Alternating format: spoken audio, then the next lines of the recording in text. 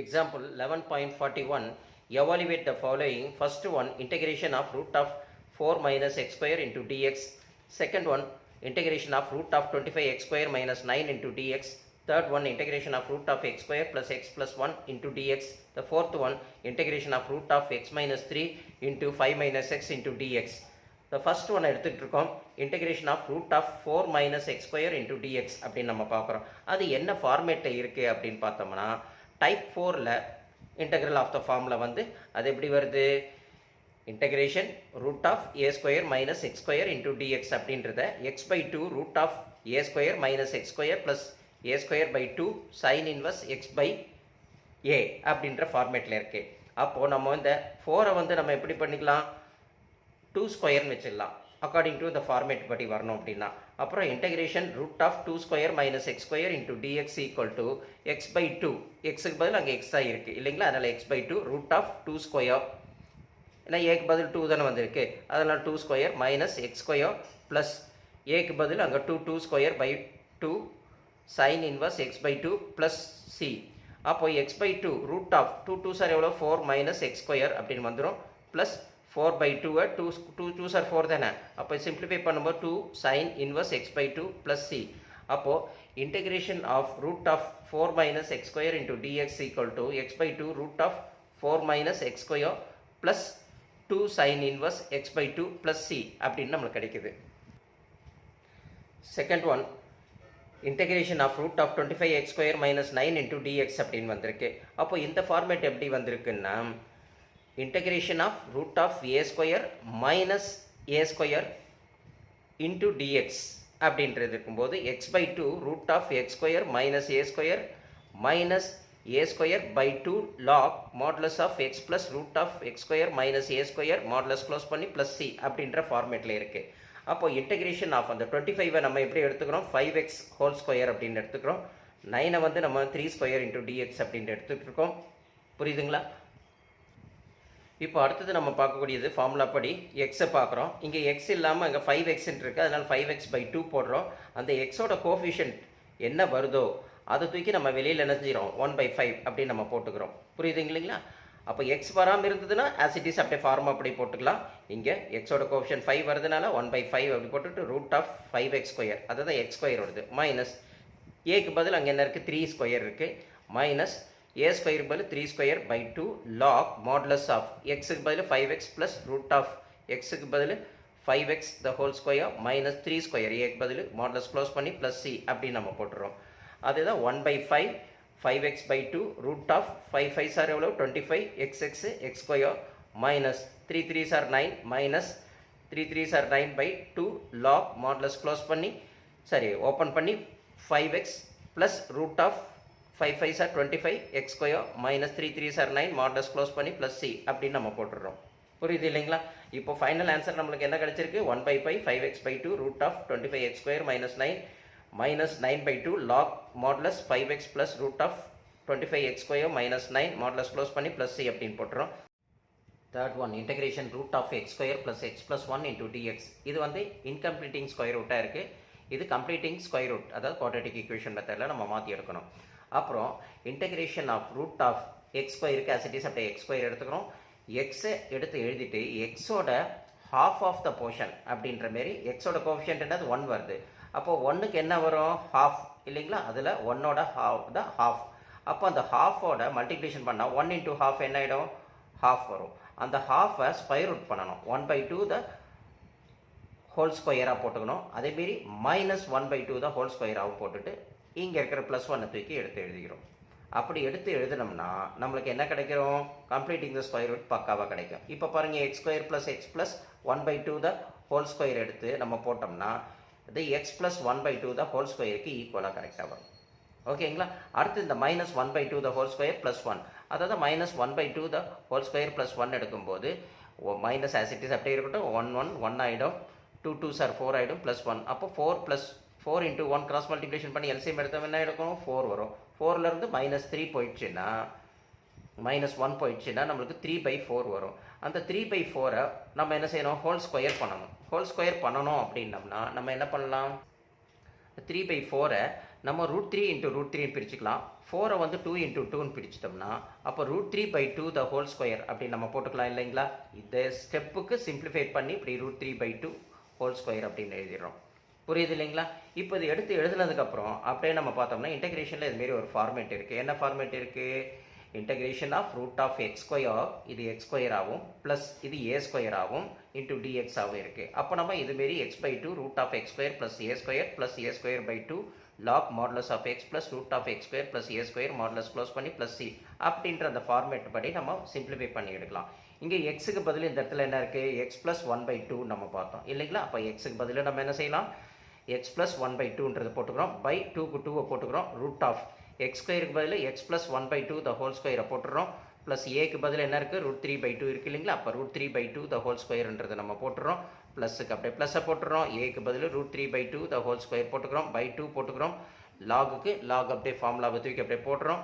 அடுத்து மாடுலஸை போட்டுட்டு எக்ஸுக்கு பதில் x + 1/2 இல்லைங்களா. அதுதானே எக்ஸுக்கு பதில் x + 1/2 தான் போட்டுட்டோம். ப்ளஸுக்கு நம்ம என்ன செஞ்சிடறோம்? அங்கே ப்ளஸ்ஸை ஒன்று போட்டுக்கிறோம். அடுத்தது ரூட் ஆஃப் நம்ம என்ன இருக்குது அங்கே? √(x + 1) எக்ஸுக்கு பதிலாக தான் x + 1/2 த ஹோல் ஸ்கொயர் ப்ளஸ் ஏக்கு பதில் என்ன இருக்குது? √3/2 த ஹோல் ஸ்கொயர் ப்ளஸ் c அப்படின்றது நம்ம போட்டுக்கிறோம். புரியுதுங்களா. ஸோ இப்படி நம்ம போட்டுட்டோம்னா அடுத்தது நம்மளுக்கு என்ன ஆகும்? இதை எடுத்து சிம்பிளிஃபை பண்ண வேண்டிய வேலையை பார்க்கணும்.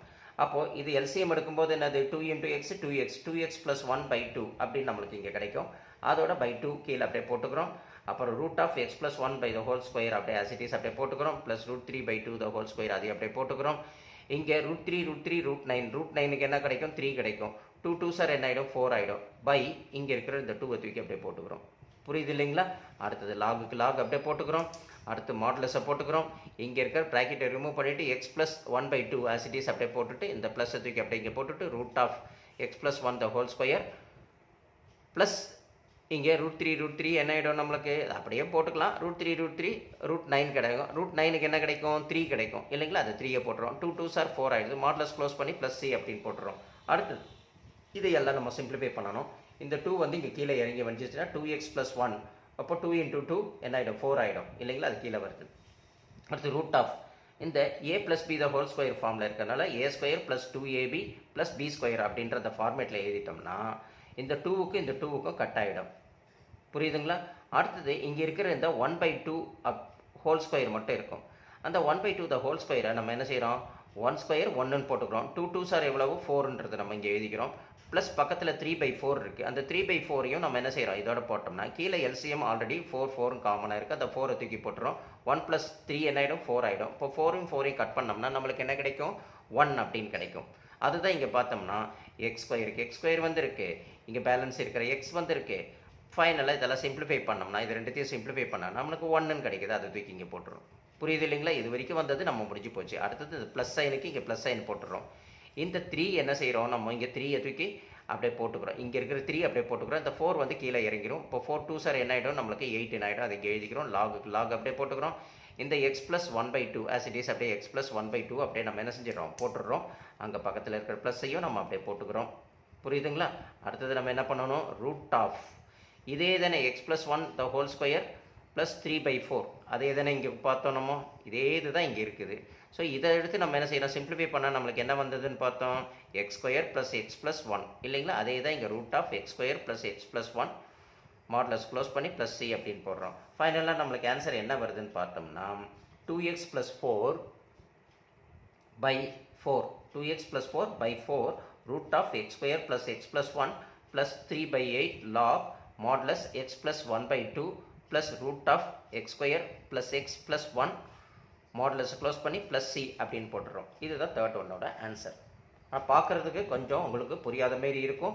ஆனால் அழகாக ஒரு வாட்டிக்கு புரியலைன்னா வீடியோ ஒரு வாட்டிக்கு 2 வாட்டி போட்டு பார்த்து அழகாக புரிஞ்சு நல்லா ப்ராக்டிஸ் பண்ணிவிட்டு அதுக்கப்புறம் நீங்கள் என்ன செய்யுங்க? 4-5 வாட்டி போட்டு பாருங்கள். ஈஸியாக உங்களுக்கு ஃபுல் மார்க் கிடைக்கும்.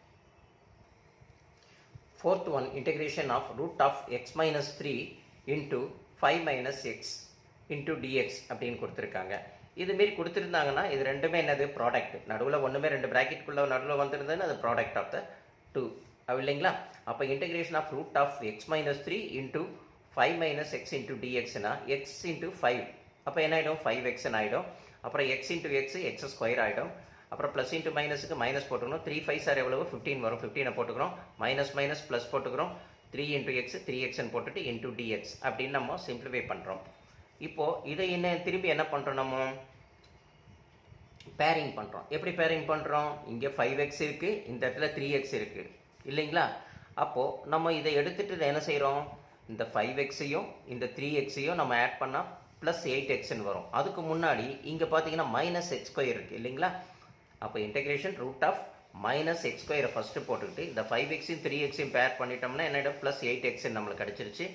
ஃபைனலாக நம்மளுக்கு என்ன இருக்குது, மைனஸ் 15 இருக்குது, அதை தூக்கி இங்கே போட்டுட்டு இன்டூ டிஎக்ஸ். இப்போ பார்த்தா கம்ப்ளீட்டிங் தட் ஃபுல்லாக என்ன ஆயிடுது, ஒரு ஸ்கொயர் குவாட்ரேட்டிக் ஈக்குவேஷன் ஃபார்மில் கிடச்சிருச்சு இல்லைங்களா? அப்போ கொடுத்துருக்கிற ஈக்குவேஷனை நம்ம என்ன செய்யணும், இன்கம்ப்ளீட்டிங்காக இருக்குது, அதை என்ன செய்யணும், இங்கே ஃபஸ்ட்டு மைனஸ் வரக்கூடாது. எப்போயுமே சம்மில் குவாட்ரேட்டிக் ஈக்குவேஷனில் மைனஸ் வரக்கூடாது. அந்த மைனஸை தூக்கி நம்ம வெளியில் போட்டுட்டு இது எக்ஸ் ஸ்கொயர்னு போட்டுக்கிறோம். அப்போ இதை தூக்கி என்ன செய்கிறோம், மைனஸ் 8xன்னு எழுதிக்கிறோம். இதை ப்ளஸ் 15 போட்டுக்கிறோம். இப்போ பாருங்கள், plus into minus minus X ஸ்கொயர்னு வருது, மைனஸ் மைனஸ் ப்ளஸ் 8xன்னு வருது, ப்ளஸ் இன்ட்டு மைனஸ் மைனஸ் 15 வருது. அதனால் அந்த மைனஸ் தூக்கி வெளியில் போட்டுட்டு இப்படி x square plus 8x plus 15 into டிஎக்ஸ்ன்னு போட்டுட்டு இப்போ இது எப்படி இருக்குது அப்படின்னம்னா இன்கம்ப்ளீட்டிங் ஸ்கொயர் ரூட்டாக இருக்குது. ஓகேங்களா? அப்போ என்ன செய்யணும், completing the square root quadratic equation ஃபார்மில் கொண்டு வரணும். அப்படின்னா integration of root of minus x square minus 8x plus எப்படி போடுறோன்னா கொடுத்துருக்கிற இந்த எக்ஸோட கோஃபிஷியன்ட் என்னன்னு பார்க்கணும். எக்ஸோட கோஃபிஷியன்ட் என்னது 18 வருது இல்லைங்களா? அந்த மைனஸ் 8xை நம்ம இங்கே எடுத்து ஸ்டெப்ஸ் போட்டிருக்கோம் பாருங்கள், இங்கே அழகாக உங்களுக்கு புரியும். அந்த ஃபஸ்ட்டு நடுவில் கொடுத்துருக்கிற மைனஸ் 8x எடுத்து மைனஸ் 8x இன்டூ அதோட என்ன செய்யணும், அதோட ஹாஃப் 1/2 எடுத்துக்கிறோம். 1/2 மல்டிப்ளிகேஷன் பண்ணோம்னா இது 1 2 சார் இது எவ்வளோ மைனஸ் 4 டைம்ஸ் போகுது. அப்போ ஃபைனலாக நம்மளுக்கு கிடைக்குது மைனஸ் 4 கிடைக்குது. அந்த மைனஸ் 4ஐ நம்ம ஸ்கொயர் பண்ணுறோம், அதாவது plus R minus 4 whole square அப்படின்ற மீனிங் வச்சுக்கணும். புரியுதுங்களா? அப்போது ப்ளஸ் 4 ஸ்கொயர் மைனஸ் 4 ஸ்கொயர், அப்போ ப்ளஸ் 4 ஸ்கொயர் வந்து ப்ளஸ் 16 ஆகும், மைனஸ் 4 ஸ்கொயர் மைனஸ் 16 ஆகும் நம்மளுக்கு கிடைக்கும். அதை தான் நம்ம இங்கே எடுத்து என்ன செய்கிறோம், integration root of minus x square, புரியுதுங்களா, மைனஸ் 8xையும் அப்படியே எடுத்து எழுதிக்கிறோம். இங்கே கிடைக்கிற அந்த ப்ளஸ் 16 மைனஸ் 16 ஒரு வாட்டி எழுதுக்கணும்னு சொன்னேன் இல்லைங்களா? அதுக்கப்புறம் இந்த ப்ளஸ் 15 மட்டும் இங்கே எடுத்து எழுதிடுறோம். அதுக்கப்புறம் இப்போ பார்த்தோம்னா இன்டெகிரேஷன் ஆஃப் ரூட் ஆஃப் இந்த வெளியில் மைனஸ் ஆசிட்டிஸ் அப்படியே இருக்குது. இப்போது இதை வந்து நம்ம என்ன பண்ணுறோம், என்ன கம்ப்ளீட்டிங் ஸ்கொயர் ரூட் ஆகிடுச்சு. எப்படி எக்ஸ் மைனஸ் 4 த ஹோல் ஸ்கொயர்ன்ற ஃபார்மேட்டுக்கு வந்துடுச்சு.